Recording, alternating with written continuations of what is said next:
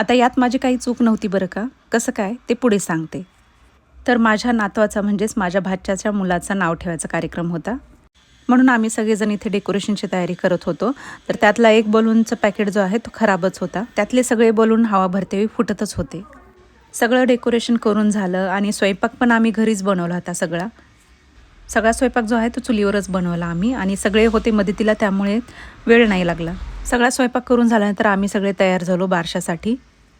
आणि बाळाचा लूक हा छत्रपती शिवाजी महाराजांचा होता, म्हणून मी बाळाच्या कपाळावरती चंद्रकोर काढत होते. बाळ झोपेतच होतं त्यामुळे चंद्रकोर व्यवस्थित काढता आला.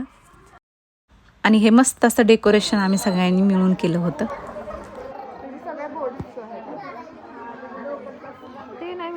आणि इथे बाळाच्या दोन्ही आत्या बाळाला पाळण्यात झोपवत होत्या आणि त्यानंतर लगेच मग पाळणा म्हणायला सुरुवात झाली.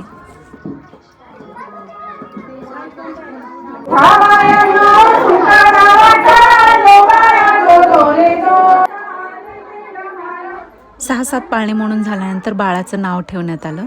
बाळाचं नाव ठेवून झाल्यानंतर दोन्ही आत्यांना मी साखर खाऊ घातली आणि मग बाळाच्या मम्मी पप्पांनी नेम रिव्हील केलं. तर बाळाचं नाव आहे मार्तंड.